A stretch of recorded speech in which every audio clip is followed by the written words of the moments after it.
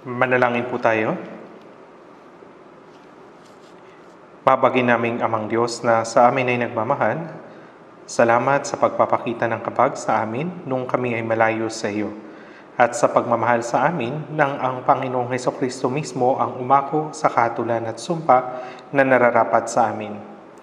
Sa pamagitan ng kanyang kamatayan at sa mahalagang dugong kanyang idinanak, ang aming mga kasalanan ay nahugasan magpakailanman at hindi na muling haharap sa kahatulan at sumpa. At walang anumang hinihinging kapalit, iniligtas mo kami, ginawang mga anak at binigyan ng malwalhating pag-asa na makapasok sa iyong walang hanggang kaharian.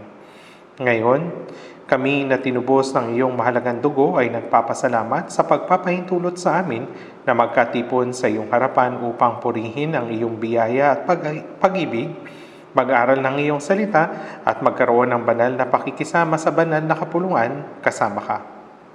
Kami ay naniniwala na ikaw o Panginoon ay kasama namin sa mga oras na ito. Tignan mo ang bawat isa sa amin, hawakan ng iyong mapagbiyaya at mahabaging kamay at punuin kaming higit ng iyong biyaya, pag-ibig at salita upang sa aming natitirang buhay ay makalahad kami bilang mga anak ng Diyos na walang anumang dapat na ikahiya. Taos-puso kaming nananalangin na ikaw ay kikilos sa lahat ng iglesia sa buong bansa, sa mga iglesia sa buong mundo at sa lahat ng mga kapatiran na bagamat nasa kahirapan ay matatag na umahawak sa kanilang pananampalataya at nagpapahayag ng Ebanghelyo. Palakasin mo sila upang makapagpatotoo sa Ebanghelyo ng may buong katapangan at makapag-akay ng mga ligaw na kaluluwa patungo sa iyong harapan at ang gawa ng pagliligtas ay patuloy na mahayag. Punuin mo nawa ang bawat lingkod na nagpapahayag ng Ebanghelyo ng iyong salita, karunungan, pag-ibig at kapangyarihan ng Espiritu Santo upang maipahayag ang Ebanghelyo ng biyaya na ibinigay ng Panginoon na may higit na katapangan. Panginoon na nagbibigay ng lakas sa tamang panahon at nagtuturo ng daan na dapat naming lakaran, tulungan mo kami na maunawaan ng lubos ang salita at ang banal mong kalooban na nais mong ipahayag sa amin. Dalangin namin ito sa pangalan ni Jesus. Amen. Tingnan natin sa ating mga Biblia sa Juan chapter 15. Juan chapter 15. Juan chapter 15, basahin natin mula sa verse 9 hanggang 14.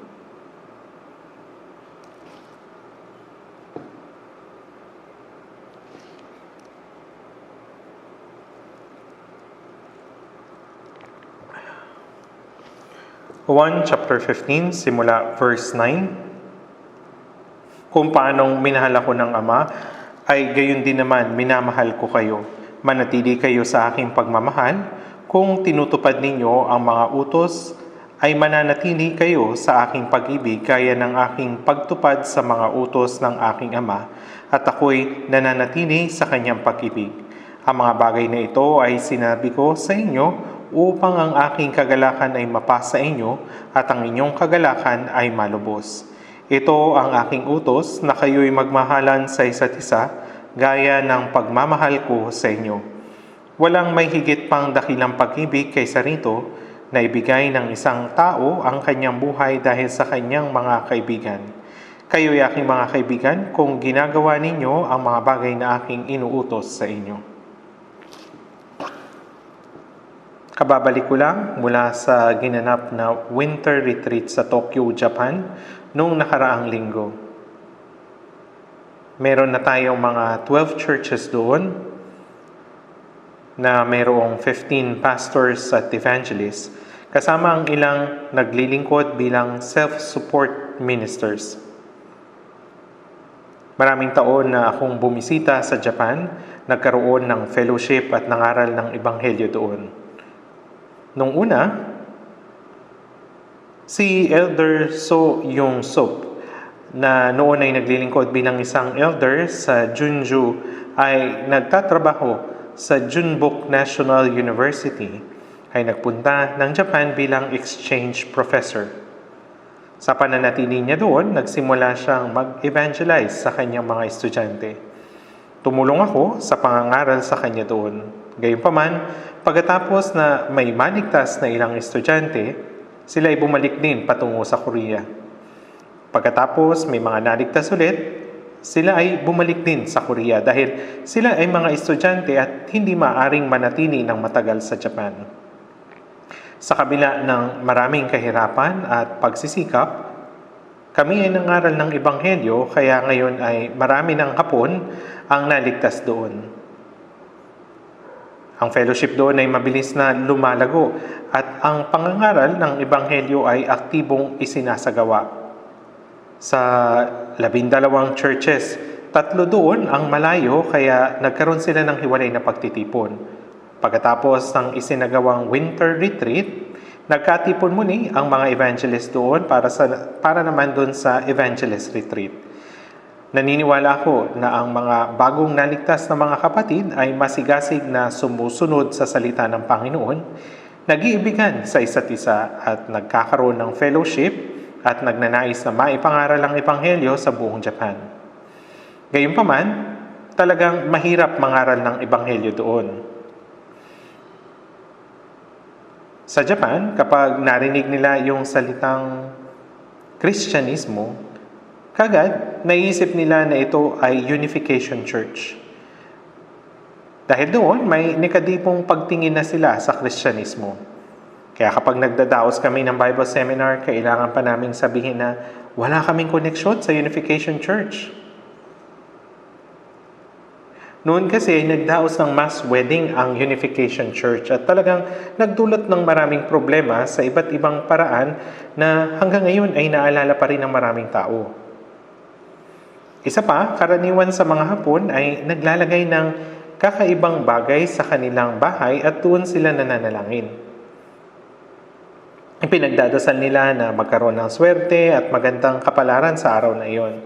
Tila parte na ito ng kanilang paniniwala, pero hindi ibig sabihin na sumasampalataya sila sa bagay na iyon, kundi sinasamba lamang nila ito ng walang malinaw na dahilan. Tinatawag nila ito na kami-sama. Ang salitang kami ay nangangahulugan Diyos at ang sama ay salitang paggalang tulad ng Ginoo o Panginoon. Kaya yung kami-sama ay nangangahulugan Diyos o makadiyos na nilalang. Pero ang Diyos na pinaniniwalaan natin ay tinatawag din kami-sama sa salitang Japanese. At ang espiritong sinasamba din nila ay tinatawag na kami-sama. Kaya naman nalilito sila kung ano ang kaibahan ng tunay na Diyos sa ibang mga espiritu. Kaya naman sinabi ko noon, kung gusto nating mangaral ng Ebanghelyo sa Japan, kailangan nating gumawa ng natatanging pangalan gaya ng ang Diyos na tagapaglikha kami-sama. Para malinaw sa kanila, may mga tao na naniniwala sa kapalaran o tadhana bilang pamahiin. Halimbawa, kapag may naglalakad at bigla siyang natapilok sa bato, nadapa at nasaktan, tatayo siya at sasabihin, nagpapasalamat ako. Bakit? Kasi iniisip niya, kung hindi ako nadapa dito, baka nakalayo na ako at nabangga ng kotse at namatay. Mukhang umaasa sila sa mga ganitong Diyos at malabo sa Diyos na malabo at pamahiing paraan.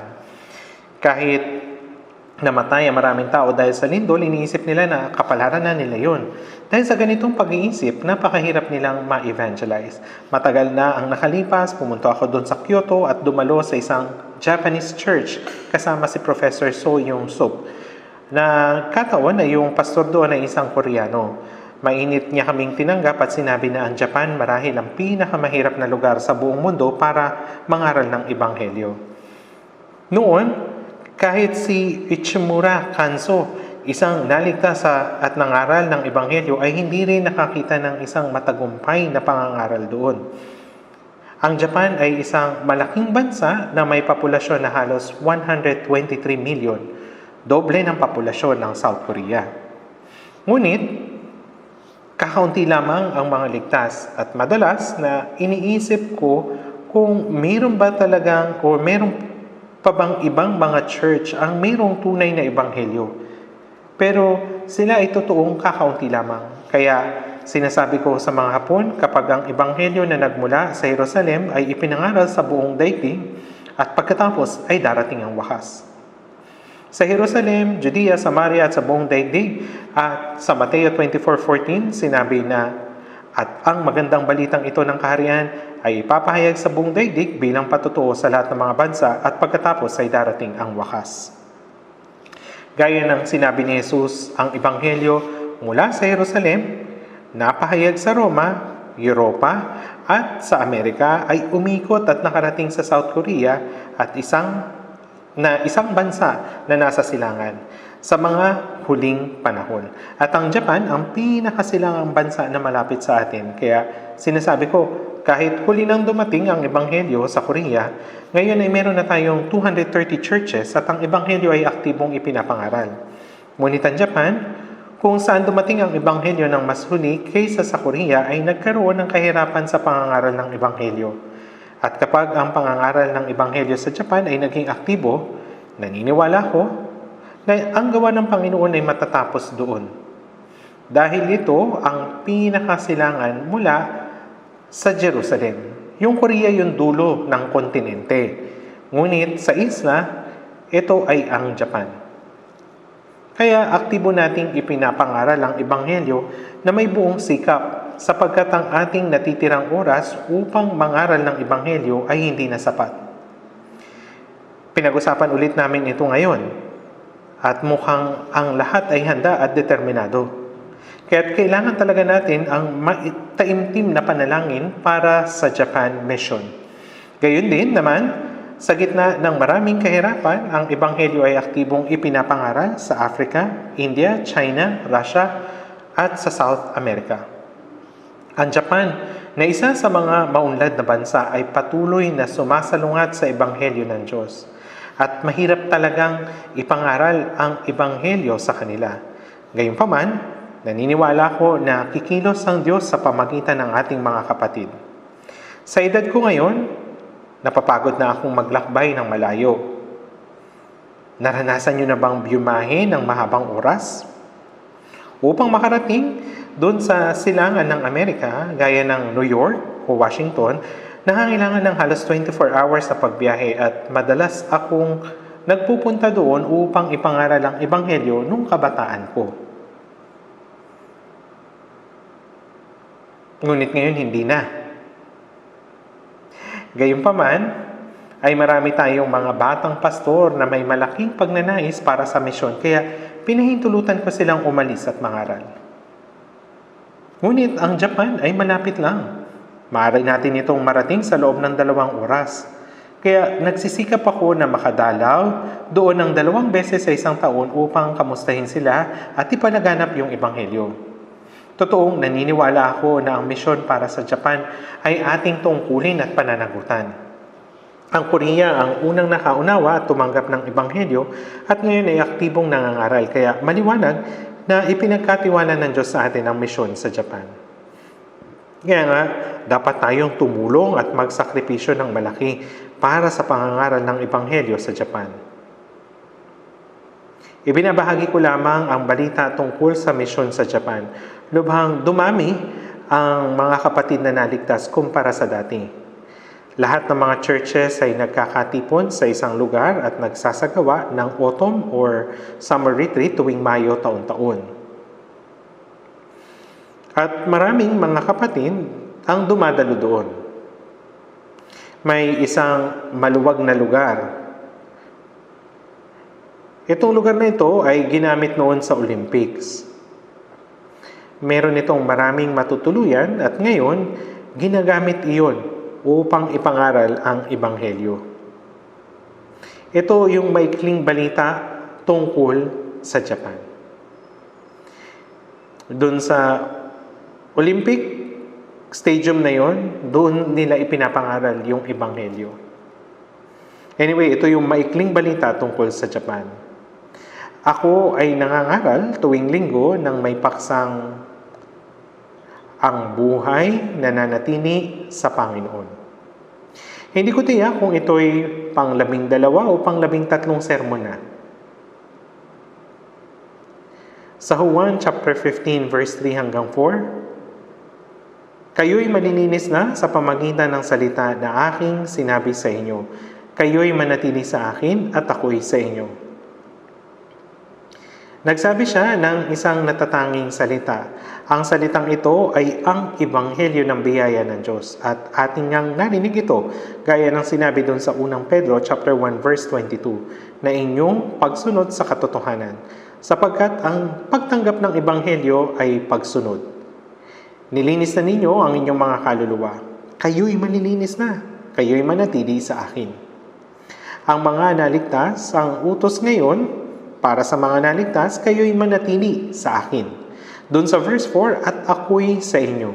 Sa ibang salita, ang buhay pagkatapos ng kaligtasan ay ang pananatili sa Panginoon. Sa Juan chapter 14 verse 20, sinasabi sa araw na iyon ay malalaman ninyong ako'y nasa aking Ama at kayo'y nasa akin at ako'y nasa inyo.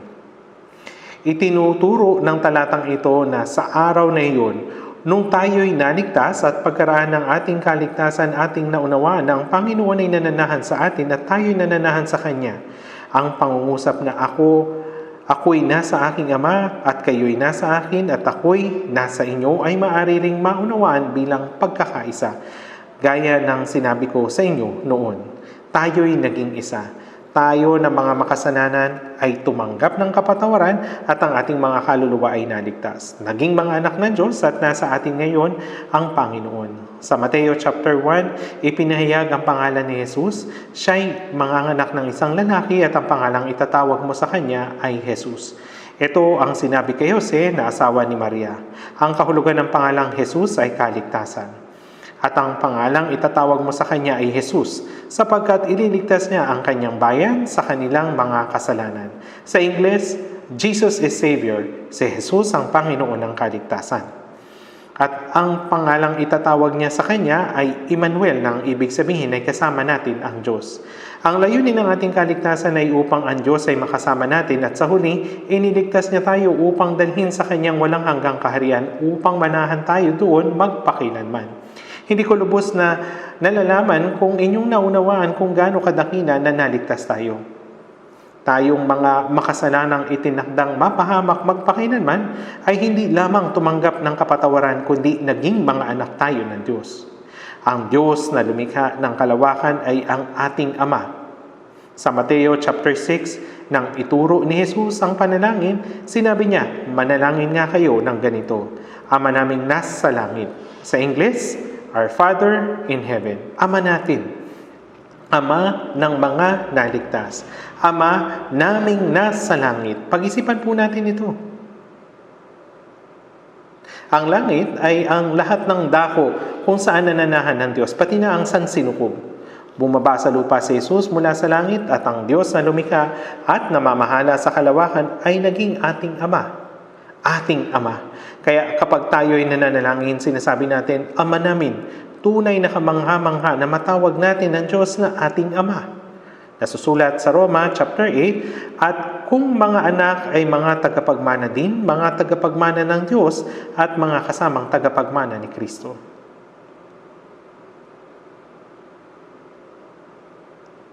Yung pagiging anak ng Diyos ay nangangahulugang tayo'y mga tagapagmana ng kanyang walang hanggang kaharian. Mga kasamang tagapagmana ni Kristo. Kaluwalhatian na kasama ni Kristo. Hindi lamang ang pagpunta sa langit, kundi ang pakikibahagi sa kanyang kaluwalhatian.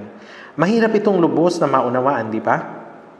Ang dakilang pangako ng Diyos ay nasa ating kaligtasan. Kaya nga, tayo'y iniligtas ng Diyos. Ginawa niyang kanyang mga anak at ipinagkaloob sa atin ang walang hanggang kaharian bilang ating mana, upang tayo'y maging karapat-dapat na makapasok sa kaluwalhatiang iyon. Ano ang buhay pagkatapos ng kaligtasan habang tayo'y nasa sanlibutan? Ito ngayon ay buhay na kasama ang Diyos, buhay na naglilingkod sa Panginoon. Sa Galatia chapter 2 verse 20, ako'y ipinakong kasama ni Kristo.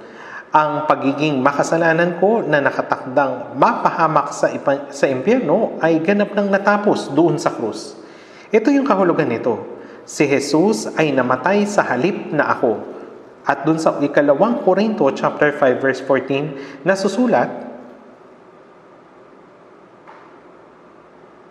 Ang pag-ibig ni Kristo ang humihimok sa amin sapagkat kami ay lubos na naniniwala na ang isa ay namatay para sa lahat, kaya't ang lahat ay namatay. Ang kamatayan ni Jesus ay tanda ng ating kamatayan. Walang dahilan upang mamatay si Jesus. Bakit mamamatay ang isang taong walang kasalanan? Namatay siya bilang kapalit natin. Kaya ang kamatayan ni Jesus ay kamatayan ko rin. Lahat ng tiniis ni Jesus, ang paghahampas, paghahamak at pagdanak ng dugo sa krus, ginawa niya iyon upang iligtas ang makasalanang tulad ko. Kaya sa pamagitan ng kamatayan ni Jesus, natapos na ang ang sumpa at kahatulan na nararapat sa atin. Ang kamatayan ni Jesus ay kamatayan ko. Kaya nga sinasabing, ako'y ipinakong kasama ni Kristo. Ibig sabihin, nang si Jesus ay pinako sa krus, ako'y ipinako rin kasama niya. Ang makasalanang nararapat mamatay ay namatay na kasama ng Panginoon. At hindi na ako ang nabubuhay, kundi si Kristo ang nabubuhay sa akin. Ang taong naligtas ay tumanggap ng kapatawaran ng kasalanan, naligtas at nagkaroon ng buhay na walang hanggan. Gayun din, dapat nating maunawaan na ang Panginoon ay nasa atin. Siya'y naroon kahit hindi natin namamalayan. Dapat nating kilalanin na siya'y nasa atin. Hindi na ako ang nabubuhay, kundi si Kristo ang nabubuhay sa akin. Sa araw na iyon, ako'y nasa aking Ama at kayo'y nasa akin. At ako'y nasa inyo. Ito yung pagkakaisa sa Panginoon. Kapag yung bakal ay inilagay sa pugon ng apoy, ito'y nagiging mapula. Apoy ba ito o bakal? Ang bakal ay naging mapula. Bakal ba ito o apoy? Ito ay apoy at bakal. Ang bakal ay pumasok sa apoy at ang apoy ay pumasok sa bakal. Kaya't ang apoy at bakal ay naging isa. Bagamat ito'y bakal, anumang madikitan nito ay nasusunog. Hindi ko alam kung gagana ba yung halimbawang ito, pero gaya nito, ang Panginoon ay pinagkaisa sa atin at pinagkaisa sa Panginoon. Mahirap talaga itong maunawaan agad ng ating isipan. Gayunpaman, ito yung katotohanan. Dapat nating itong paniwalaan. Ang hindi kayang maunawaan ng ating isipan, ang salita ng Diyos, ang dapat nating paniwalaan. Sapagkat ang salita ng Diyos ay katotohanan at katunayan. Pagkatapos ng kaligtasan, ang Panginoon ay nanahan sa akin. Kayo'y malilinis na sa pamagitan ng salita na aking sinabi sa inyo. Kayo'y manatili sa akin. Ang utos na manatili ay nangangahulugang pinaniwalaan na ang Panginoon ay nasa atin. Pinatawad na ng Panginoon ang lahat ng ating kasalanan at tayo'y sumampalataya doon. Ang mga tao'y napapahamak hindi dahil sa sila'y maraming kasalanan, kundi dahil hindi na nila kinikilala ang biyaya at tumangging sumampalataya. Kaya nasusulat sa Juan chapter 3 verse 36, ang sumasampalataya sa anak na may buhay na walang hanggan, ngunit ang hindi sumusunod sa anak ay hindi makakakita ng buhay, kundi ang puot ng Diyos ay nananatili sa Kanya. Ang sumasampalataya sa anak ay may buhay na walang hanggan. Natanggap nila yung buhay na walang hanggan. Ngunit sino mang hindi sumasampalataya ay hindi makakakita ng buhay, kundi ang puot ng Diyos ay nananatili sa Kanya. Ang pagiging ligtas o hindi ay simpleng usapin lamang ng paniniwala o hindi. Tama ba? Pagkatapos manampalataya, ano naman yung dapat natin gawin? Tapos na ba ang lahat sa pananampalataya lamang? Sa pamagitan ng paniniwala, natanggap natin ang buhay na walang hanggan, kapatawaran ng mga kasalanan, naging mga anak ng Diyos at nakamit ang tiyak na pag-asang makakapunta sa langit. Ngayon, habang tayo'y nabubuhay dito sa sanlibutan, ang Panginoon ay kasama natin. Hindi na ako ang nabubuhay, kundi si Kristo ang nabubuhay sa akin. Ang buhay na ikinabubuhay ko ngayon, sa laman ay ikinabubuhay ko sa pamagitan ng pananampalataya sa Panginoon. Si Kristo ay Panginoon, ang Panginoon ng ating puso. Nakatayo at pinapanood lang ba tayo ng Panginoon? Siya na ang Panginoon ng ating buhay. Gaya ng sinabi sa 1 Pedro chapter 3 verse 15. Kundi sa inyong mga puso ay pakabanilin ninyo si Kristo bilang Panginoon. Si Jesus ang Panginoon natin. Siya ang Panginoon ng buhay. Siya ang Panginoon ng buhay natin. Ngayon ang Panginoon ay nabubuhay. Kung gayon, paano namumuhay? Nakasama siya. Nasa Biblia yung sagot. Ang mabuhay ayon sa salita ng Diyos ay ang mabuhay na kasama ang Panginoon. Pagkaligtas natin, ang Espiritu Santo ay nagbigay sa atin ng pasasalamat at kasiyahan sa pamagitan ng biyaya ng Diyos na nagpaunawa sa atin ng salita ng Diyos at nagbigay sa atin ng parehong puso na sumunod sa salita at ng kalakasan na sundin ito. Kaya nga, gaya ng isinasaad doon sa Filipos chapter 2 verse 13, sapagkat Diyos ang gumagawa sa inyo maging sa pagnanais at sa paggawa para sa Kanyang mabuting kalooban.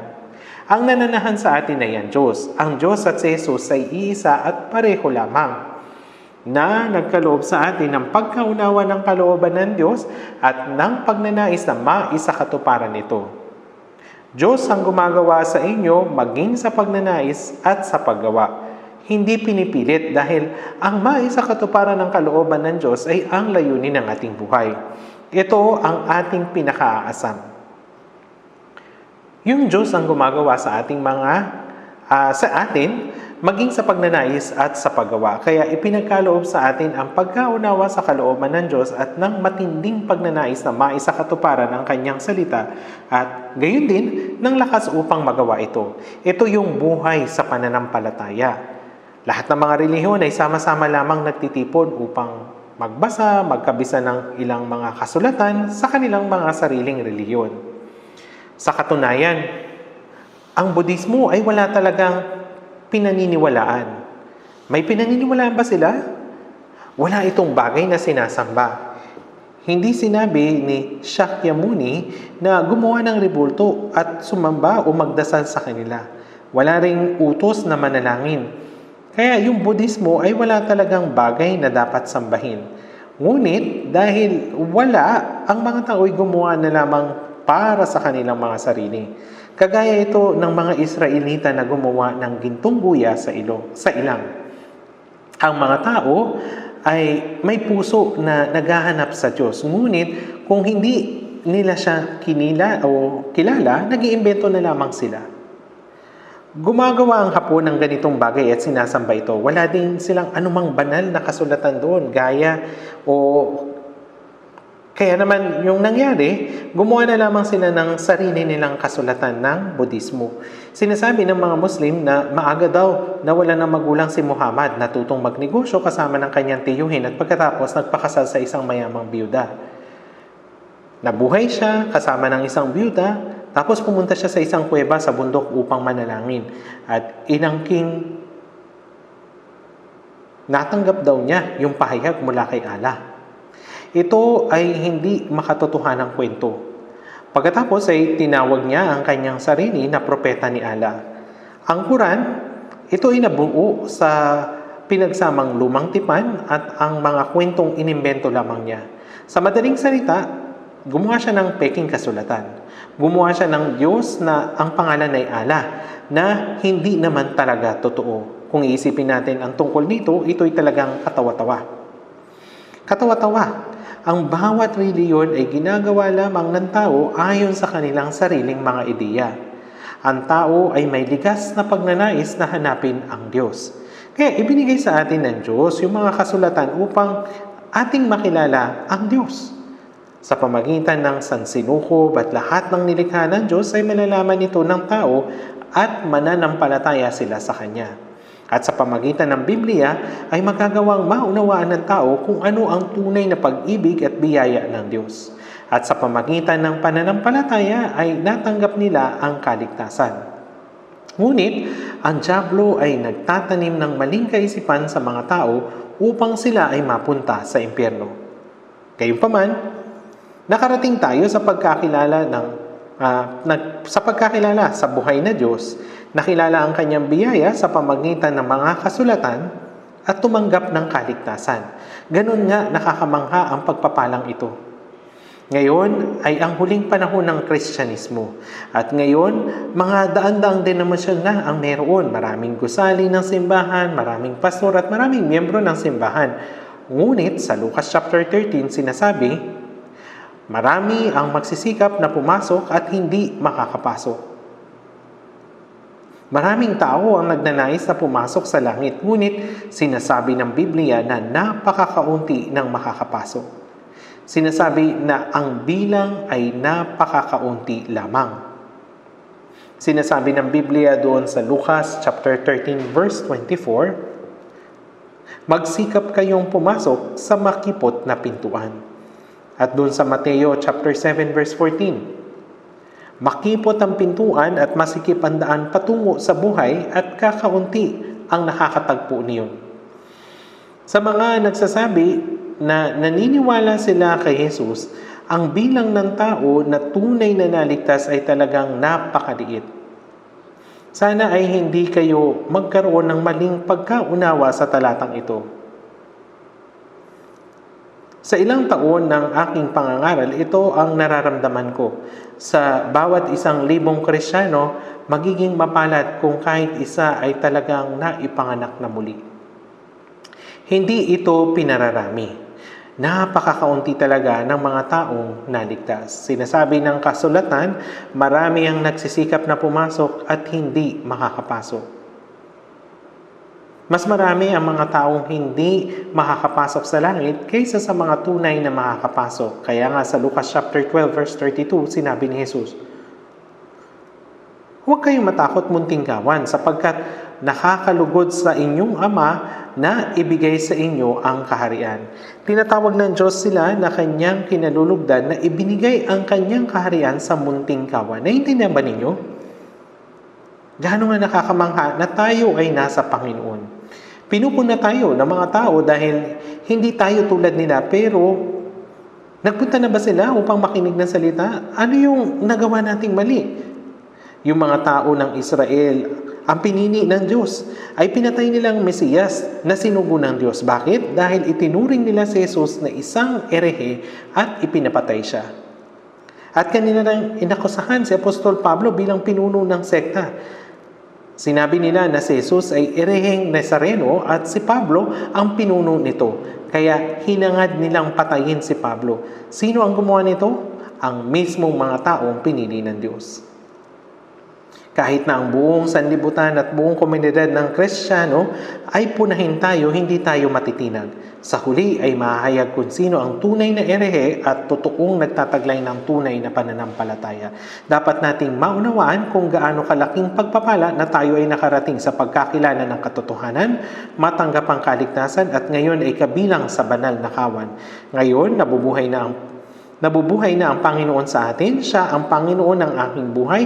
Panginoon, ito ang dahilan kaya pinag-aaralan natin ang paksang ang buhay na nananatili sa Panginoon.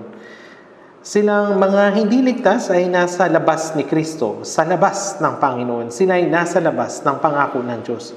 Tungkol dito sa talatang ito, ipapaliwanag ko ito kung kakayanin ng oras.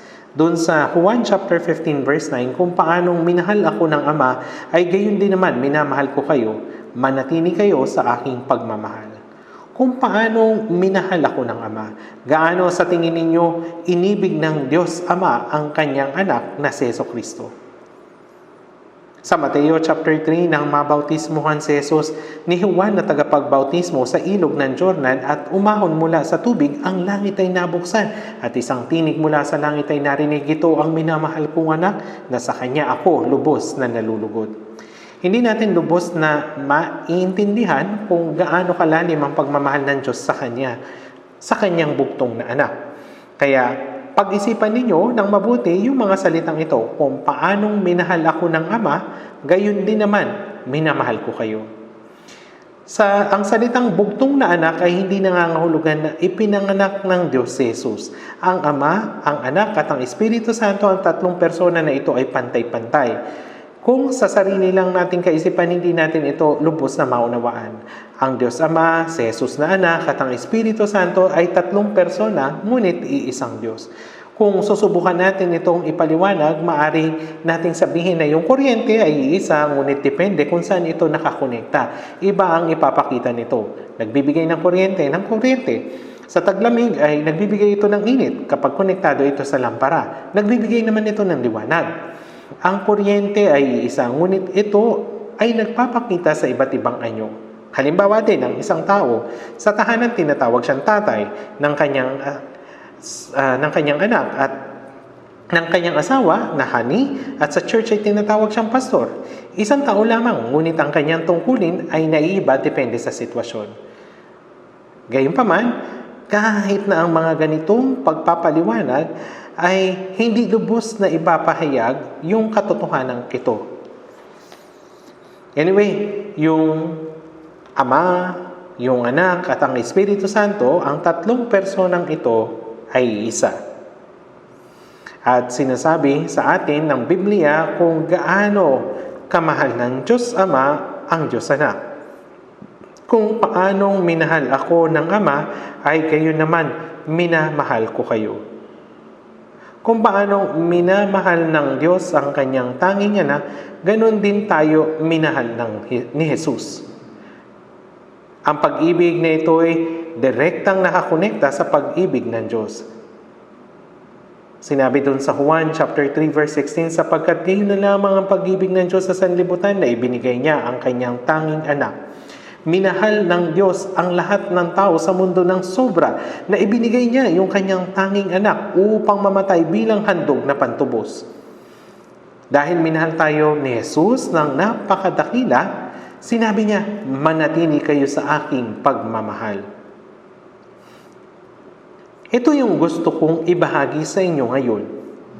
Yung manatili sa kanyang pagmamahal. Ang manatili sa kanyang pagmamahal. Sa Juan chapter 15 verse 3 hanggang 4, sinabi, kayo'y manininis na sa pamagitan ng salita na aking sinabi sa inyo. Kayo'y manatili sa akin at ako'y sa inyo. Bakit sinasabi sa atin ng Biblia na manatili sa Kanya? Sinasabi ba ng nanay sa kanyang bagong silang na anak, ako ang nagsilang sa iyo, di ba? Si tatay at nanay, kami ay narito, kaya huwag ka nang umalis sa bahay, ha? Siyempre hindi. Hindi ito sinasabi ng isang nanay sa kanyang sanggol. Bakit? Dahil yung bagong silang ay wala namang lakas upang umalis.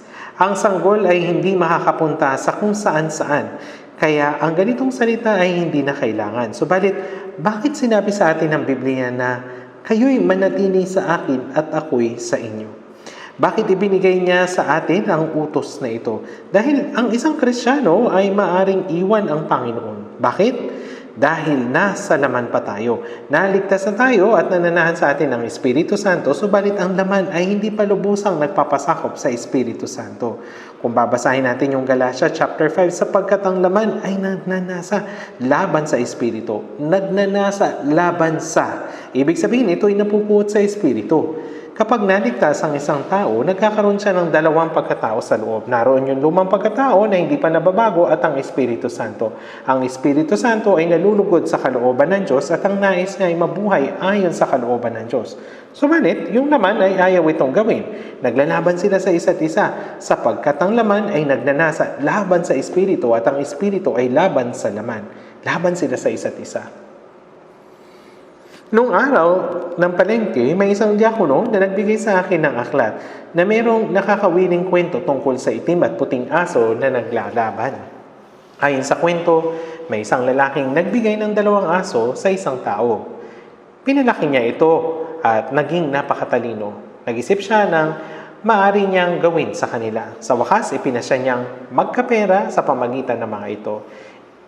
Pinaglalaban niya ang mga ito sa palengke. Ginagalit niya ang mga ito sa isa't isa para maglaban. Tumataya naman yung mga tao ng pera sa itim o kaya naman doon sa puting aso. Minsan, nananalo yung puting aso, minsan naman ay yung itim. Alam niyo ito, tama? Ito yung paglalaban ng puti at itim na aso. Naglalaban sila at yung mga tao ay tumataya ng pera. Tama, alam niyo na itong kwentong ito. Nang minsan pumunta ako doon sa Pilipinas, nakakita ako ng sabong kung saan pumupusta sila ng pera. Tak, tak, tak. Yan, naglalaban sila. Naglalagay sila ng matalim na blade sa manok at pagka umatake ang isa ay bumabagsak. Nakakatakot. Meron ding labanan ng toro, kahit mga aso.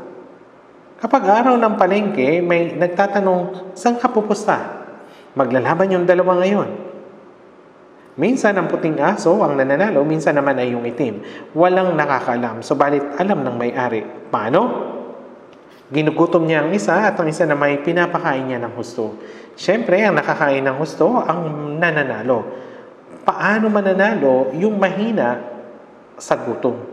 Hindi ko tiyak kung madaling maunawaan ang halimbawang ito, subalit ganito iyon. Kung ang panloob na pagkatao ay nananalangin na may salita ng Diyos at natututo ng salita ng Diyos at nabubuhay ayon sa salita ng Diyos at nagsisikap siyang sundin ang natututunan niya, siya'y mapapatibay spiritually upang sa inyo ay ipagkaloob niya ayon sa kayamanan ng kanyang kaluwalhatian na kayo'y palakasin ng kapangyarihan sa pamagitan ng kanyang espiritu sa pagkataong loob. Ang panloob na pagkatao ay dapat na malakas. Sa gayoy, matatagumpayan niya ang tukso. Kapag ang laman ay nagnanais na gumawa ng masama, maaari itong pigilan ng espiritu. Subalit kung sa pamagitan ng espiritu ay pinapatay ninyo ang mga gawa ng laman, kayo ay mabubuhay. Kung papatayin natin ito, tayo ay mabubuhay. Gayon din sa espiritual. Kung hindi tayo nananalangin at natututo ng salita ng Diyos, at kung wala tayong fellowship, bagamat ligtas na tayo, magkakaroon tayo ng hindi balansing kalusugang espiritual at tayo ay manghihina. Kapag malakas ang laman, maaari tayong mahila ng sanlibutan. Kahit na ligtas na ang isang tao, kung ang kanyang laman ay mas malakas, hindi siya magkakaroon ng maayos na Kristiyanong pamumuhay. Hindi ko alam kung talagang ligtas na siya o hindi pa. Malalaman natin ito kapag pagmamasdan natin siya dahil sinabi ni Jesus na nalalaman natin sa pamamagitan ng kanilang mga bunga. Kung pagmamasdan ko sila, sa tingin ko ay hindi pa siya ligtas. Ang mga ligtas ay maaring magaya dito kung hindi sila mamumuhay ng maayos. Anyway, dapat tayong manatili sa Panginoon pagkatapos nating maligtas. Kayo'y malilinis na sa pamagitan ng salita na aking sinabi sa inyo. Kayo'y manatili sa akin at ako'y sa inyo. Kung tayo'y mananatili sa Panginoon, siya'y nananatili sa atin. Siya'y gagawa. Dapat nating ibigay sa Kanya ang puwang sa ating puso. Panginoon, pakiusap, pamunuan mo ang aking puso't buhay. Dahil siya ang Panginoon, ibig sabihin ay hari. Sa Lucas chapter 6, bakit tinatawag ninyo akong Panginoon, Panginoon, ngunit hindi ninyo ginagawa ang sinasabi ko? Bagamat tinatawag nila ang Panginoon na Panginoon, Panginoon sa kanilang mga labi, subalit hindi sila sumusunod.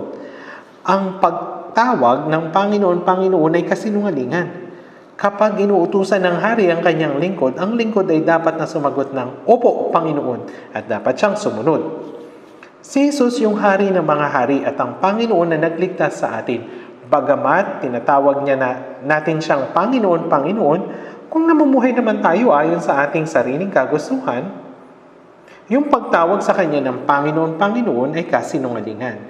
Bakit tinatawag ninyo akong Panginoon, Panginoon, ngunit hindi ninyo ginagawa ang sinasabi ko?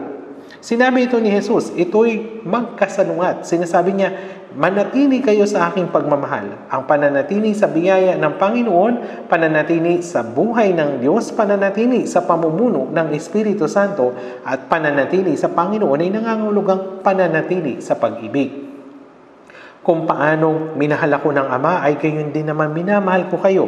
Manatili kayo sa aking pagmamahal. Manatili kayo sa aking pagmamahal. Ibig sabihin nito na manatili tayo sa pag-ibig ng Diyos. Dapat tayong patuloy na manatili sa pagmamahal. Dapat tayong manatili sa pagmamahal. Hindi tama na umalis tayo sa pagmamahal ng Panginoon. Tingnan natin yung pasunod na utos ng Panginoon.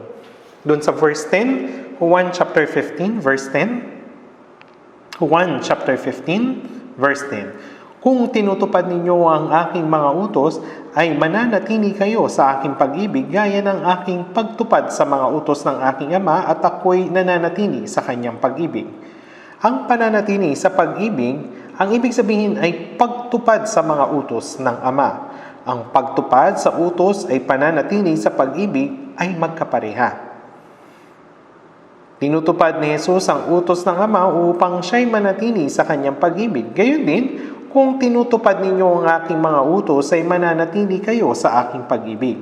Ang paraan upang manatili sa pag-ibig ng Panginoon ay ang tuparin ang kanyang mga utos. Kung tinutupad ninyo ang aking mga utos, ay manatili kayo sa aking pag-ibig. Doon sa verse 11, sa Juan chapter 15, verse 11, ang mga bagay na ito ay sinasabi ko sa inyo upang ang aking kagalakan ay mapasa inyo at ang inyong kagalakan ay malubos. Ano yung kagalakan ng mga Kristiyano? Ang mga tao sa mundo ay nagnanasa ng kasiyahan ng laman at pisikal na kasiyahan. Masaya sila kapag marami silang pera. Kapag maayos ang kanilang sitwasyon, masaya sila. Nabubuhay sila para sa mga ito. Tama? Subalit, ang kagalakan ng mga Kristiyano ay iba. Kahit na mahirap lamang sila, doon sa Habakuk chapter 3, bagamat ang puno ng igos ay hindi mamulaklak, ni magkaroon man ng bunga sa puno ng ubas, ang ulibo ay hindi magbubunga at ang mga bukid ay hindi magbibigay ng pagkain, ang kawan ay aalisin sa kulungan at hindi na magkakaroon ng bakahan sa mga silungan. Kahit na wala tayong anuman, nagagalak pa rin tayo at nagpapasalamat sa Diyos dahil sa kanyang biyaya. Doon sa Gawa chapter 16, nang si Pablo at Silas ay nangangaral ng Ebanghelyo sa Filipos, sila'y hinuli. Pinunit yung kanilang damit, binugbog at itinapon sa bilangguan. Sila'y inilagay sa pinakaloob na bahagi ng bilangguan. Ang kanilang mga paa ay ikinabit sa panggapos. Yung kanilang buong katawan ay mahapdi at masakit. Umiyak ba sila? Hindi. Sila'y nanalangin at umawit ng mga himno. Sa Santiago chapter 5 verse 13. Meron ba sa inyong nagdurusa? Manalangin siya. Meron bang masaya? Umawit siya ng papuri. Dapat tayong umawit ng papuri ng may kagalakan. Ginagawa ba natin ito ng may pagluha? Umaawit at manalangin. Umawit at manalangin. Si Apostol Pablo siya'y isang taong umisig sa mga mananampalataya kay Jesus. Sinabi niya na siya yung pumayag na batuhin si Esteban hanggang mamatay. Ngunit siya rin ay makasalanan. Makasalanan na ako ang pangunahin sa mga ito. Iniligtas siya ng Panginoon at ginawa siyang apostol ng mga hintil. At siya rin ang sumulat ng higit na kalahati ng bagong tipan.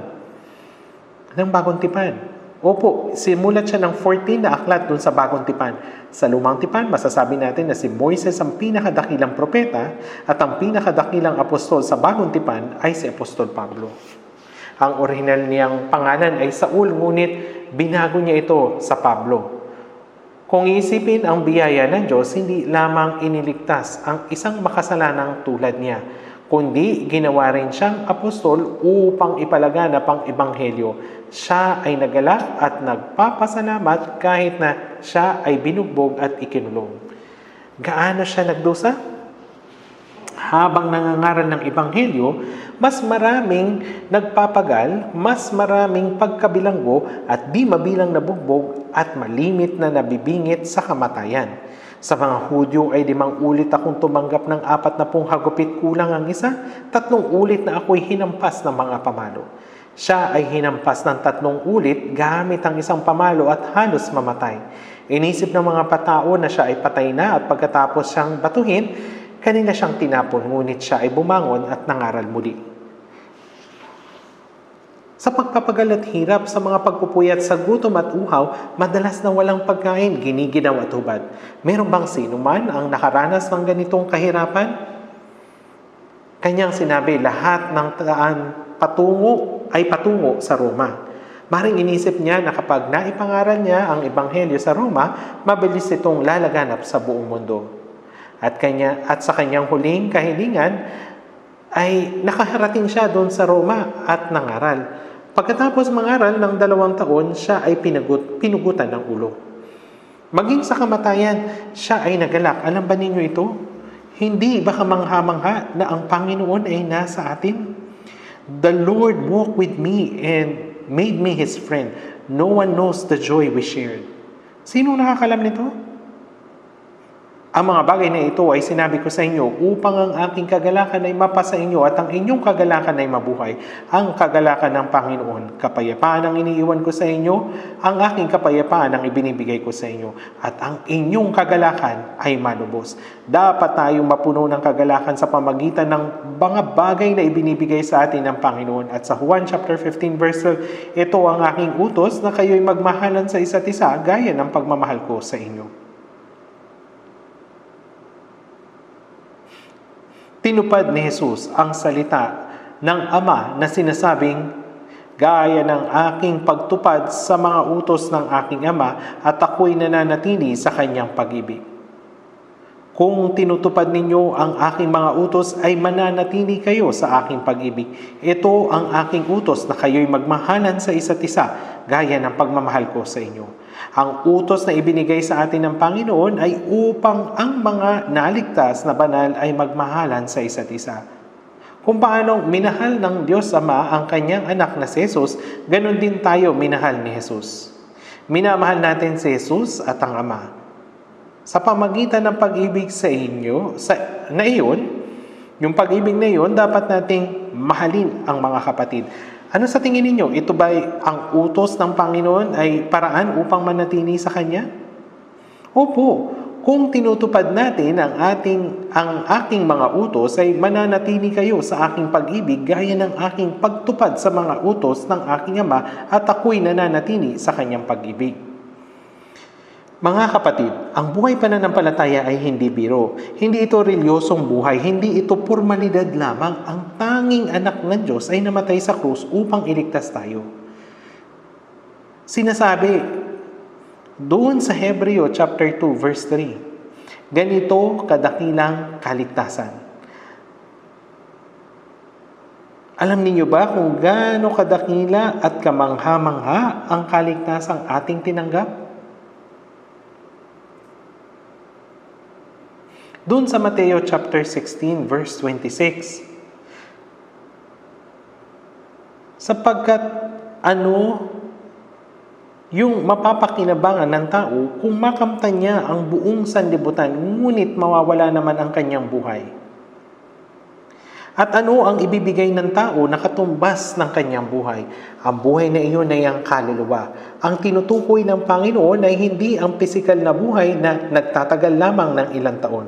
Bakit nagbayad ang Panginoon ng malaking halaga upang iligtas tayo? Dahil napakahalaga ng ating mga kaluluwa. Higit na mahalaga ang ating kaluluwa kaysa sa buong mundo. Kaya ang hindi magawa ng Diyos sa pamagitan ng salita o kapangyarihan ay nagawa niya sa pamagitan ng kamatayan ng kanyang tanging anak. Ano pa inyong hihigit dito? Mga kapatid, hindi ba napakadakila at kamangha-mangha ang kaligtasan? Paano nga tayo makakatakas kung ating pababayaan ng ganito kadakilang kaligtasan? Ang kaligtasan iyon, yung maliit na kaligtasan. Sinasabi ito ng isang matanda. Handang isakripisyo ng mga tao ang kanilang buhay para sa mga panandalian at madaling masirang bagay sa mundong ito. Ngunit kapag sinasabi na kapag sinabihan na silang manampalataya, huwag muna ngayon, paunti-unti. Kailan? Paunti-unti. Kailan? Yung mga nag-iisip ng ganito ay hindi karapat-dapat sa kaligtasan. Kahit yung mga naligtas na, hindi nila naunawaan kung gaano kadakila ang kaligtasan, kaya palagi nilang iniisip ang ibang mga bagay. Kaya pumupunta sila sa church, tinatanggap ang biyaya ng Diyos, umaawit ng mga himno at nananalangin. Pagkatapos paglabas nila sa mundo, nakikihalubilo sila sa mga makamundong tao at namumuhay ayon sa makamundong buhay na gusto nila. Iyan ba ang buhay pananampalataya? Tingnan ninyo ang Biblia. Iyan ba ang buhay pananampalataya? Niluloko nyo ba ang Diyos? Ang Diyos ba ay isang Diyos-Diyosan lamang? Kung pupunta tayo at mananalangin at aawit ng himno, malulugod ang Diyos? At pagkatapos, maaari na ba kayong mamuhay sa sarili nyong kagustuhan sa labas? Iniisip ng mga tao na ang pagsamba ay ang pagpunta lamang sa church tuwing linggo, mananalangin, umaawit ng himno at makikinig ng sermon. Ipakita niyo sa akin kung may ganitong uri ng pagsamba sa Biblia. Nasaan? Sa Juan chapter 4 verse 24, ang Diyos ay Espiritu at ang sumasamba sa Kanya ay kailangan sumamba sa Espiritu at katotohanan. Walang laman yung Diyos. Ito yung ibig sabihin natin. Ang Ama sa Espiritu at katotohanan sapagkat hinahanap ng Ama ang gayong mga sumasamba sa Kanya. Ang Diyos ay Espiritu, hindi laman. Hindi mahalaga sa Diyos kung nakapikit o nakabukas ang ating mga mata habang nananalangin o kung tama o mali yung pagkanta natin ng himno. Ang mahalaga ay yung puso. Ang puso. Walang laman ng Diyos, hindi ba? Ang Diyos ay Espiritu at ang sumasamba sa Kanya ay kailangan sumamba sa Espiritu at katotohanan. Ang Espiritu Santo at katotohanan. Yung mga hindi ligtas ay hindi makakasamba. Paano sila makakasamba kung kaaway nila ang Diyos? Dahil ang taong naligtas ay mayroong Espiritu Santo at ang Espiritu Santo ay ang katotohanan. Subalit kapag dumating na ang Espiritu ng katotohanan, papatnubayan niya kayo ng buong katotohanan. Ang buhay na pinapatnubayan ng Espiritu Santo ayon sa katotohanan ay itinuturing na pagsamba sa Espiritu at katotohanan.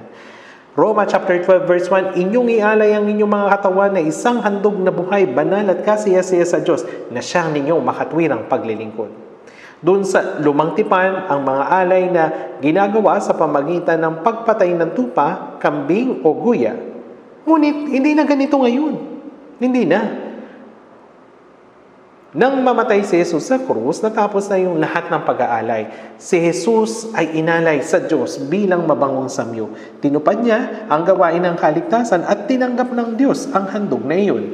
Kapag sumasamba tayo sa Diyos, inaalay natin ang ating sariling katawan.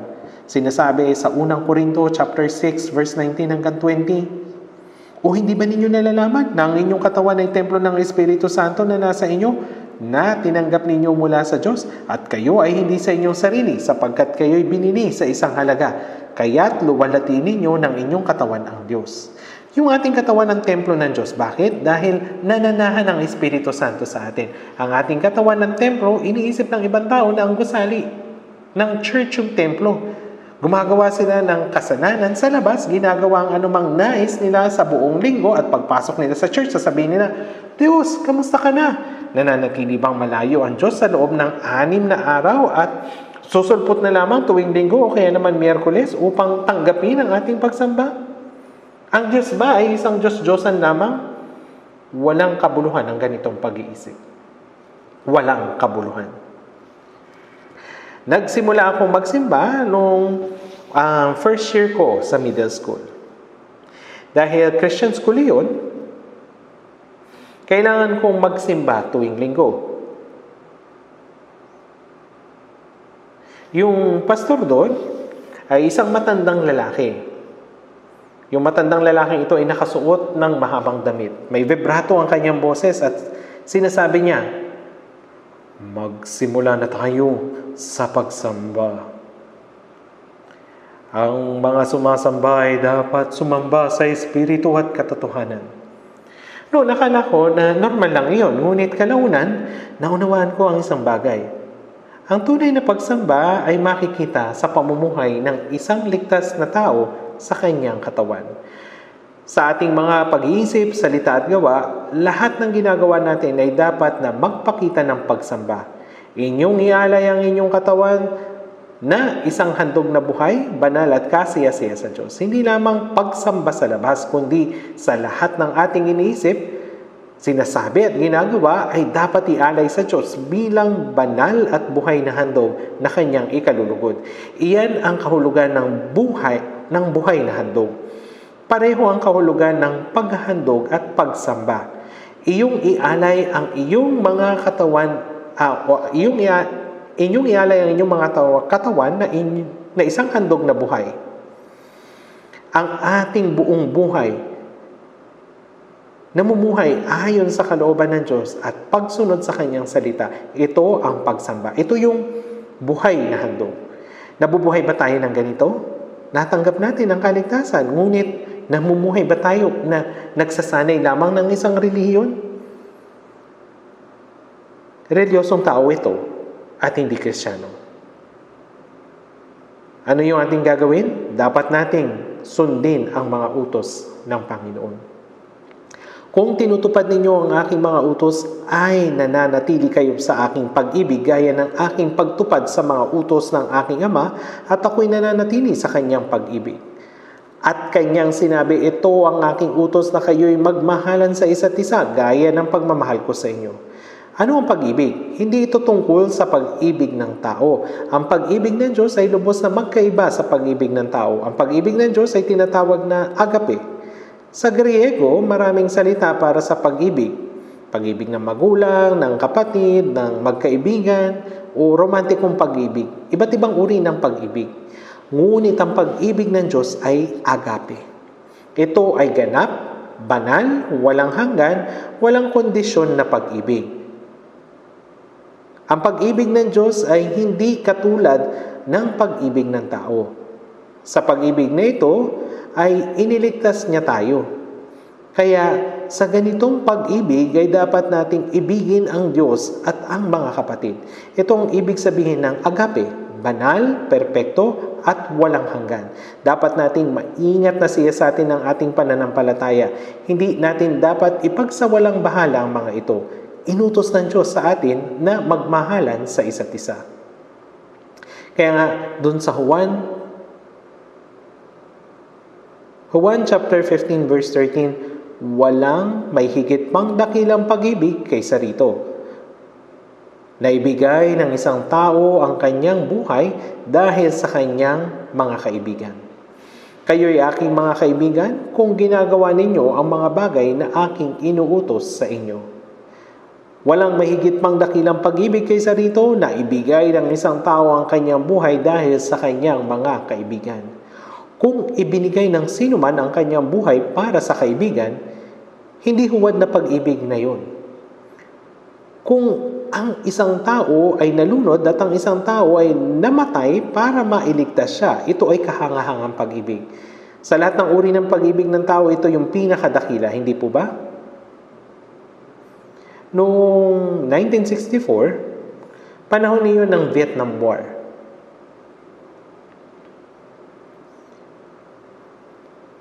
May kwento tungkol sa company commander ng Blue Dragon Unit, Korean Marine Corps yun. Habang nasa digmaan, yung Vietcong na sundalo ay naghagis ng granada patungo sa tauhan ng Blue Dragon Unit. Sa sandaling iyon, dinaganan niya yung granada upang iligtas ang kanyang mga sundalo. Dinaganan niya.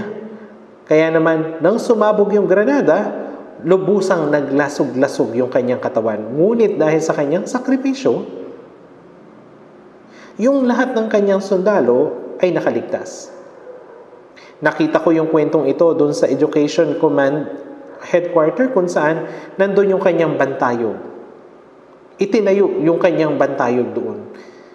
Kaya naman, maraming tao o maraming sundalo yung naligtas ng kanyang dinaganan yung granada. Bagamat nagkalasog-lasog yung kanyang katawan, naligtas yung mga tao dahil sa kanyang sakripisyo.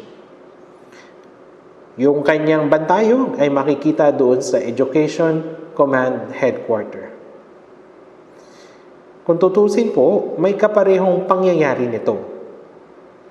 Doon sa Gangwon Province, habang sila ay nasa military training, yung isang trainee, nagsasanay siya na bumato ng granada. Ngunit hindi niya na ihagis yung granada ng malayo.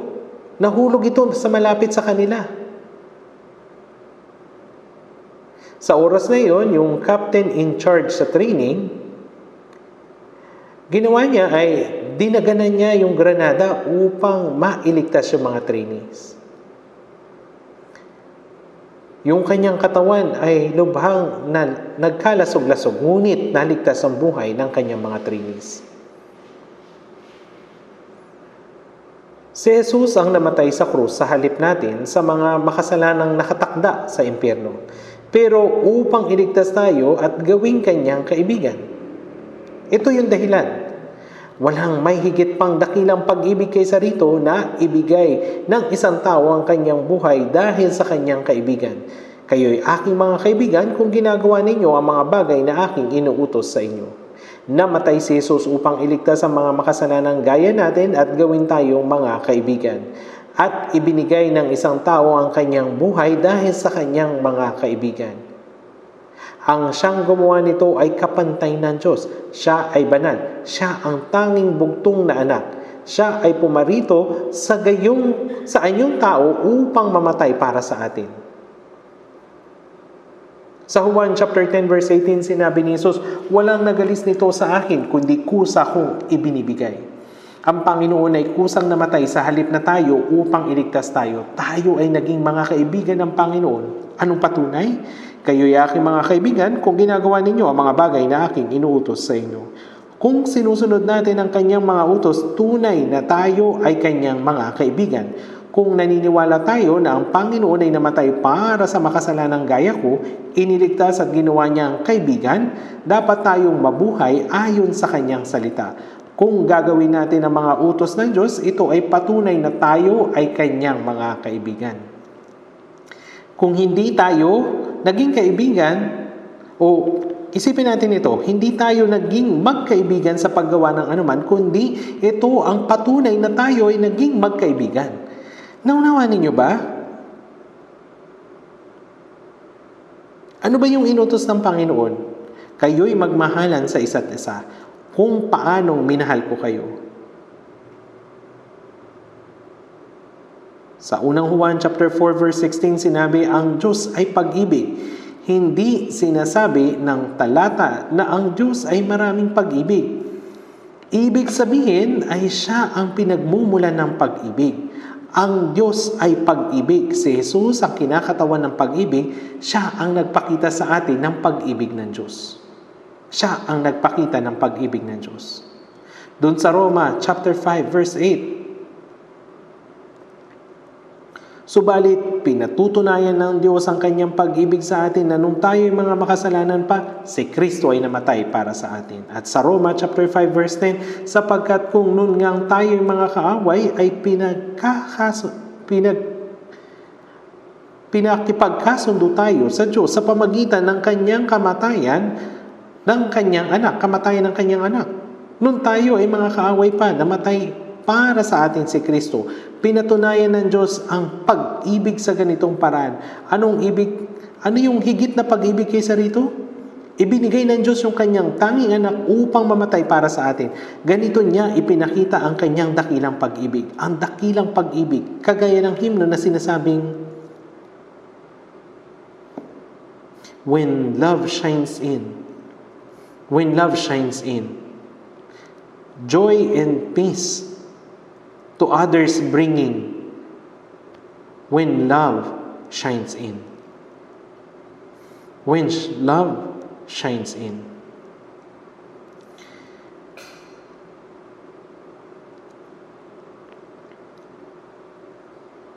Sa pamamagitan ni Jesus, ang pag-ibig na ito ay ipinakita sa atin sa isang tunay at praktikal na paraan. At ngayon, ang mga nakatanggap ng pag-ibig na ito ay inuutusang manatili sa pag-ibig na ito.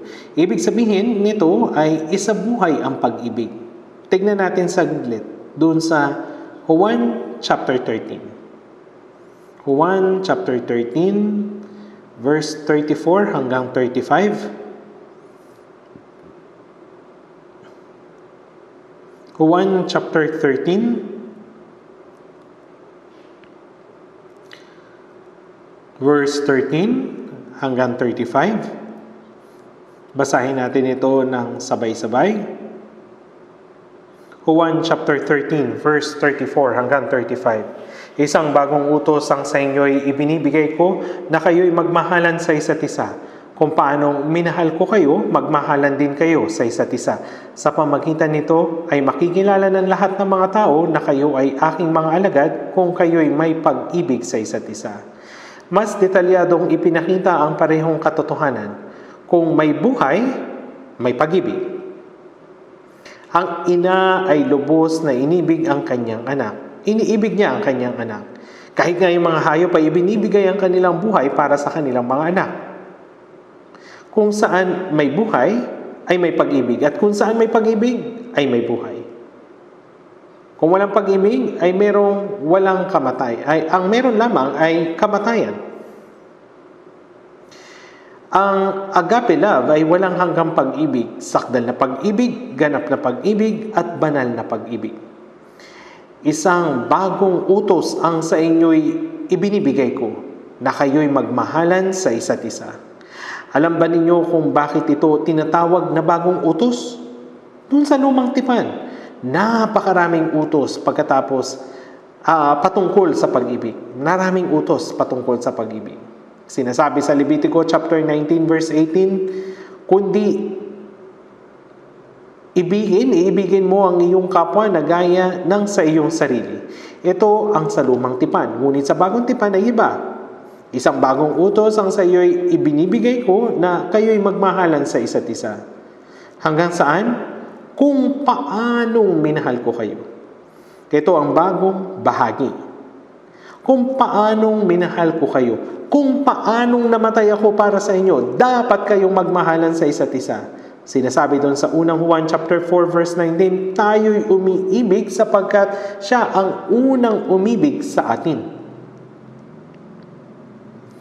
Iniibig natin ang Diyos at iniibig natin ang mga kapatid dahil ang Panginoon ang unang umibig sa atin. Kahit hanggang sa kamatayan, para sa atin. Kung paanong minahal ko kayo. Kung paanong namatay ako para sa inyo. Magmahalan din kayo sa isa't isa. Ito ang bagong utos. Kung hindi namatay si Jesus para sa atin, ay walang bagong utos. Ang tulungan ang mga mahihina at pagpapakita ng simpatya at pagpapakita rin ng pag-ibig. Oo, ngunit ito ay higit pa kaysa rito. Ito ang pag-ibig na tinutularan ng sakripisyong kamatayan ng Panginoon. Alam ba ninyo doon sa unang Juan chapter 3 verse 16? Alam natin kasi yung Juan chapter 3 verse 16. Ngunit, yung tinatanong ko, kung alam ninyo yung unang Juan chapter 3 verse 16. Tignan na nga lang natin doon sa unang Juan chapter 3 verse 16. Tingnan nga natin, sabay-sabay nating basahin yung unang Juan chapter 3 verse 16. Unang Juan chapter 3 verse 16. Basahin natin ng sabay. Dito natin nakilala ang pag-ibig sapagkat ibinigay niya ang kanyang buhay alang-alang sa atin at nararapat nating ibigay ang ating mga buhay alang-alang sa mga kapatid. Sapagkat ibinigay niya ang kanyang buhay alang-alang sa atin. Iniligtas niya tayo sa pamamagitan ng pagbigay ng kanyang buhay. Dito natin nakilala ang pag-ibig. Naunawa natin ang kanyang pag-ibig dahil dito. Natanggap natin ang pag-ibig na ito. Kaya nararapat nating ibigay ang ating mga buhay alang-alang sa mga kapatid. Kung paanong ibinigay ng Diyos ang kanyang buhay para sa atin, tayo rin ay dapat na handang ibigay ang ating buhay para sa isa't isa. Nararapat, yung ibig sabihin nito ay natural lamang. Yung tandang, natural siyang tumitilaok. Tiktilaok! Dahil dito, siya ay tandang. Kung ang tandang ay kumakawal katulad ng aso, abay, kakaiba ito. Gayon din naman, ang tao na tunay na nakaunawa ng pag-ibig ng Panginoon, subalit hindi iniibig ang iba, ito ay kakaiba. Merong mali. Dito natin nakikilala ang pag-ibig sapagkat ibinigay niya ang kanyang buhay alang-alang sa atin. Naunawaan natin ang kamanghamanghang pag-ibig na ito, kaya natural sa atin na ibigin ang mga kapatid maging sa bingit ng kamatayan. Hindi ito isang bagay na kakaiba. Ito ay bagay na talagang inaasahan. Kung hindi mo ito lubos na naunawaan, patuloy mong basahin ang Biblia at manalangin habang ito ay hanggang sa ito ay maging malinaw. Yung unang Juan ay isinulat ni Apostol Juan.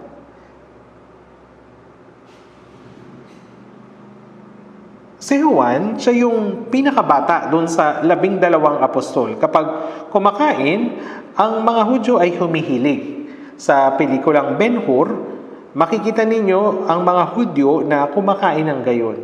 Si Juan ay madalas na humihilig kay Jesus, malapit sa kanyang dibdib. Maging si Juan, ipinakilala niya yung kanyang sarili bilang ang alagad na minamahal. Totoo po, humihilig siya kay Jesus kapag kumakain. Katulad nung nakita natin doon sa pelikulang Ben-Hur. Iyon ay si Juan na humihilig kay Jesus. Malapit sa dibdib. Kaya tinawag niya yung kanyang sarili na ang alagad na minamahal. Ang ebanghelyo ni Juan ay nagtuturo sa atin na sampalatayanan na si Jesus ay ang Kristo, sa gayon ay magkakaroon tayo ng buhay. Ang layunin naman ng unang Juan ay turuan ang mga ligtas kung paano magkaroon ng fellowship kasama ng Diyos at kapwa mananampalataya. At ang fellowship ay nangangahulugang pag-ibig. Kaya nga dun sa unang Juan, ang salitang pag-ibig ay paulit-ulit na makikita. Pag-uwi ninyo, basahin po ninyo ng maigi yung unang Juan mula sa chapter 1 hanggang sa chapter 5 bago kayo matulog. Salunggitan ninyo at suriin kung ang pag-ibig na iyon ay talagang nasa inyo. Kaya ito yung aking utos na kayo'y magmahalan sa isa't isa gaya ng pagmamahal ko sa inyo. Ito yung bagong utos at ito ay ibinigay lamang sa mga ligtas. Kung paanong ibinigay ng Panginoon ang kanyang buhay para sa akin, tinawag niya rin tayo upang ibigin ang mga kapatid. Hindi nito ibig sabihin na simpleng pakikipagsimpatya, paggalok ng simpleng tulong, o paggawa ng maliit na bagay. Sinabi niya, nararapat nating ibigay ang ating mga buhay. Kaya ba nating ibigin ang iba ng ganito? Na kayo'y magmahalan sa isa't isa. Kung paano minahal ko kayo, magmahalan din kayo sa isa't isa. Sa pamamagitan nito ay makikilala ng lahat ng mga tao na kayo ay aking mga alagad kung kayo'y may pag-ibig sa isa't isa. Kung tunay na iniibig natin ang isa't isa, makikita ito ng mga tao at sasabihin nila, wow, sino ang mga ito? Paano nila naibig ang isa't isa ng ganito? Ito ang pag-ibig na hindi mo makikita sa mundo. Tunay nga na mga alagad sila ni Kristo. Sa pamagitan nito ay makikilala ng lahat ng mga tao na kayo ay aking mga alagad kung kayo'y may pag-ibig sa isa't isa. Sa Juan chapter 8 verse 31, mababasa natin, kung kayo'y mananatili sa aking salita, tunay ngang kayo'y mga alagad ko. Ang maging alagad ay hindi basta na nangyayari, kundi sila lamang na nananatili sa salita ng Panginoon ang tunay na mga alagad. Kapag nakita ng mga tao, mga brothers at sisters, na nakatanggap ng pag-ibig ng Panginoon na nag-iibigan sa isa't isa, makikilala nila. Sa pamagitan nito ay makikilala ng lahat ng mga tao na kayo ay aking mga alagad. Ito yung katibayan na tayo ay tunay na mga alagad ni Kristo. Ganito nabuo ang pag-ibig ng Diyos sa atin at ito ang dapat na mangyari. At hindi natin dapat basta gamitin ang salitang Kristiyano.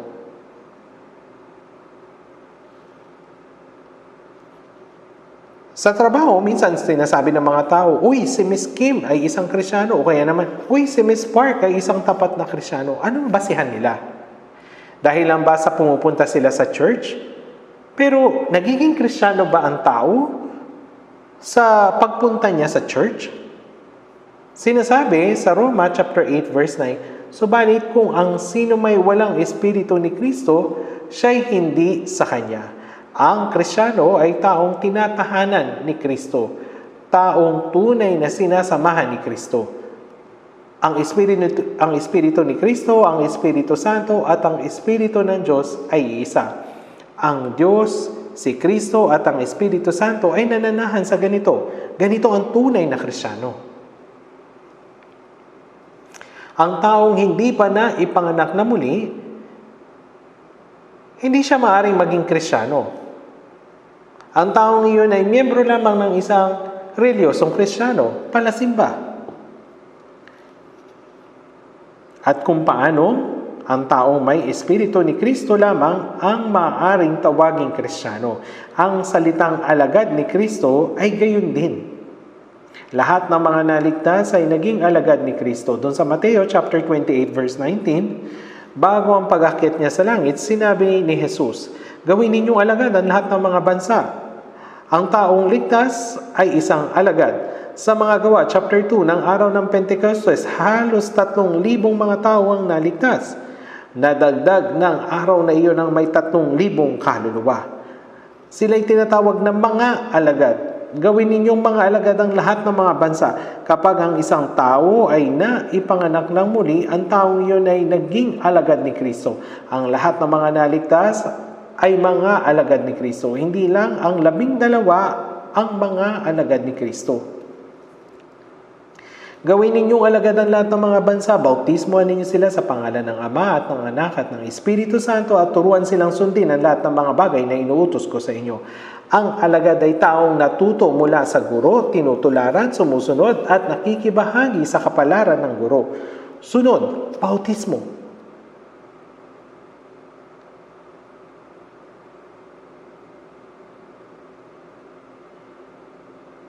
Para dun sa mga naligtas na subalit hindi pa nababautismohan, hinikayat ko po kayo na magpabautismo sa susunod na retreat sa ating retreat center. Yung bautismo ay hindi lamang formalidad. Ito ay napakahalaga sa harapan ng Diyos at sa mga tao na ako'y namatay at inilibing kasama ng Panginoon at nabuhay na kasama niya. Ako ay namatay at ngayon ay nabuhay na kasama ng Panginoon. Inutusan tayo ng kasulatan na gawin ito. Ang bautismo ay hindi nakakapagligtas sa atin. Sa halip, ito ay pampublikong pagpapahayag ng ating pananampalataya. Opo, ito ay pampublikong pagpapahayag ng ating pananampalataya.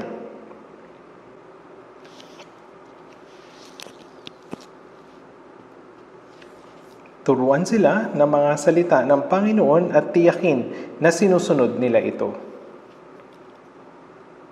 At narito ako'y kasama ninyong palagi hanggang sa katapusan ng panahon. Ang Panginoon ay kasama natin. Sino mang naligtas ay alagad ni Kristo. Kaya naman, sa pangalan ng Panginoon, ang taong iyon ay namatay kasama niya at inilibing na kasama niya. Sa pamagitan ng bautismo, ipinapahayag natin na tayo ay namatay na at ang Panginoon na ang nabubuhay sa atin. Kahit na hindi pa tayo nababautismuhan, ito ay natupad na sa inyong puso at turuan silang sundin ang lahat ng mga bagay na inuutos ko sa inyo. Turuan sila ng salita ng Panginoon at gabayan sila na sundin ito. Ganito ang pagiging alagad ni Kristo. Naintindihan niyo po ba? Paano sila magiging alagad ni Kristo kung hindi sila sumusunod? Sa pamagitan nito ay makikilala ng lahat ng mga tao na tayo na kayo'y aking mga alagad kung kayo'y may pag-ibig sa isa't isa. Ang katibayan ng pagiging alagad ni Kristo ay ang pag-iibigan sa isa't isa. Ito ang pagsunod sa utos ng Panginoon. Tama po ba? Manatili kayo sa aking pagmamahal. Manatili sa pag-ibig. Ang pagsunod ay ang pananatili sa pag-ibig. Ito yung katibayan na tayo ipinanganak ng muli at ito yung katibayan na hindi na tayo nananatili pa sa sanlibutan. Katibayan na tayo mga alagad ni Kristo. Hindi tayo dapat na maging mga Kristiyanong ampaw. Kristiyanong lamang sa pangalan. Dapat tayong maging tunay na mga Kristiyano. Kristiyanong kinikilala ng Diyos. Dapat tayong magpakatino.